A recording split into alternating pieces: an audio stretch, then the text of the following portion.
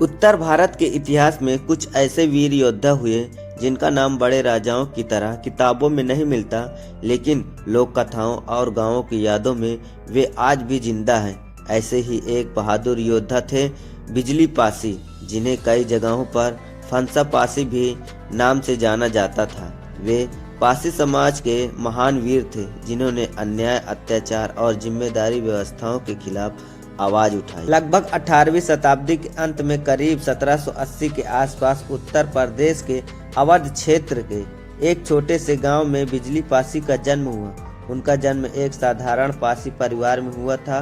उस समय पासी समाज को नीची जाति माना जाता था और उन्हें जंगलों में रहने वाला, पहरेदारी और शिकार करने वाला समाज समझा जाता था। बचपन से ही बिजली पासी में अलग चमक थी। वे दूसरों को देख के डरने वाले नहीं थे। गांव में भी जब किसी कमजोर पर जिम्मेदार और उनके करिंदे जुल्म करते, बिजली पासी के मन में गुस्सा भर जाता।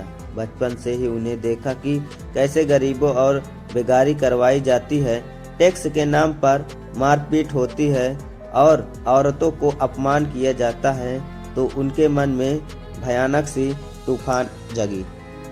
जवानी में कदम रखते ही बिजली पासी शारीरिक रूप से बहुत ताकतवर बन चुके थे। तीर, कमान, भाला और तलवार चलाने में माहिर थे। जंगलों में रहने के कारण उन्हें गुलेर युद्ध कला अपने आप सीखने को मिली। धीरे धीरे उसके आसपास गरीब, शोषित और अत्याचार परेशान युवा इकट्ठा होने लगे। बिजली पासी ने एक छोटा सा दल बनाया, जिसका उद्देश्य था गरीबों की रक्षा करना और जिम्मेदारों के अत्याचार से विरोध करना। वे लुटेरे नहीं थे, बल्कि जिन जिम्मेदारों ने गरीबों के खून चूसा था, उससे अनाज और धन छीनकर गरीबों में बांट देते थे। इस कारण से आम जनता उन्हें अपना मसीहा मानने लगी थी। गांव-गांव में उनका नाम फैलने लगा था। अवध क्षेत्र में उस समय जमींदारों का राज था और अंग्रेजी हुकूमत धीरे धीरे अपने पैर पसार रही थी। बिजली पासी की बढ़ती लोकप्रियता जमींदार को खटकने लगी। उन्होंने बिजली पासी को डाकू घोषित कर दिया और उनके सिर पर इनाम रखे। कई बार जमींदार की सेना और अंग्रेजी सिपाही उन्हें पकड़ने जंगलों में गए, लेकिन बिजली पासी हर बार चालाकी से बच निकलते। वे रात के अंधेरे में हमला करते और फिर जंगलों में गुम हो जाते। एक लोक कथा के अनुसार एक बार अंग्रेजी अफसर ने पूरे गांव में आग लगाने का आदेश दे दिया, क्योंकि गांव वाले बिजली पासी की मदद की थी। यह देखकर बिजली पासी का खून खौल उठा।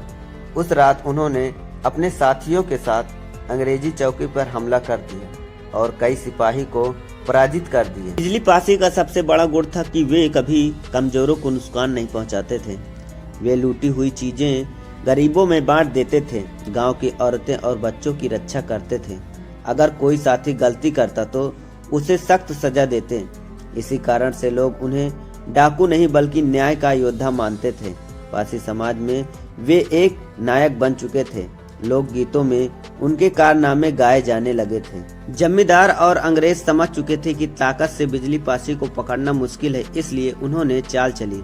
एक गरीब व्यक्ति को लालच देकर बिजली पासी की सूचना दिलाई गई। एक दिन जब बिजली पासी अपने साथियों के साथ जंगल के पास आराम कर रहे थे, तभी अचानक चारों ओर से अंग्रेजी सिपाही और जमींदार की सेना घेर ली। भारी लड़ाई हुई। बिजली पासी ने अकेले कई सिपाही को ढेर कर दिया, लेकिन दुश्मन की संख्या बहुत ज्यादा थी, इसलिए अंत में वे गंभीर रूप से घायल हो गए। पकड़े जाने से पहले उन्होंने अपने साथियों से कहा, भाग जाओ, मैं पकड़ा जाऊंगा, लेकिन मेरी लड़ाई जिंदा रहेगी। कुछ कथाओं के अनुसार घायल अवस्था में उन्हें मार दिया गया। कुछ कथाओं में कहा जाता है कि अंग्रेजों ने उन्हें पकड़कर फांसी दे दी। उनकी मृत्यु की सही तारीख और इतिहास में दर्ज नहीं है, लेकिन माना जाता है कि वे 19वीं सदी की शुरुआत करीब 1810 या 1820 के बीच शहीद हुए थे। उनकी मौत के बाद भी उनकी कहानी खत्म नहीं हुई। गांव-गांव में लोग चोरी छिपे उनकी वीरता की कहानी सुनाते रहे। पासी समाज के लिए वे एक स्वाभिमान और प्रतिरोध का प्रतीक है। आज बिजली पासी को कई लोग भूल चुके हैं, लेकिन पासी समाज ग्रामीण लोक कथाओं में उनका नाम आज भी जिंदा है। वे सिर्फ एक व्यक्ति नहीं थे, बल्कि एक विचार थे, अन्याय के खिलाफ खड़े होने का विचार। उनकी कहानी हमें सिखाती है कि अगर इंसान के दिल में हिम्मत हो तो वह बड़े से बड़े अत्याचार के सामने भी खड़ा हो सकता है।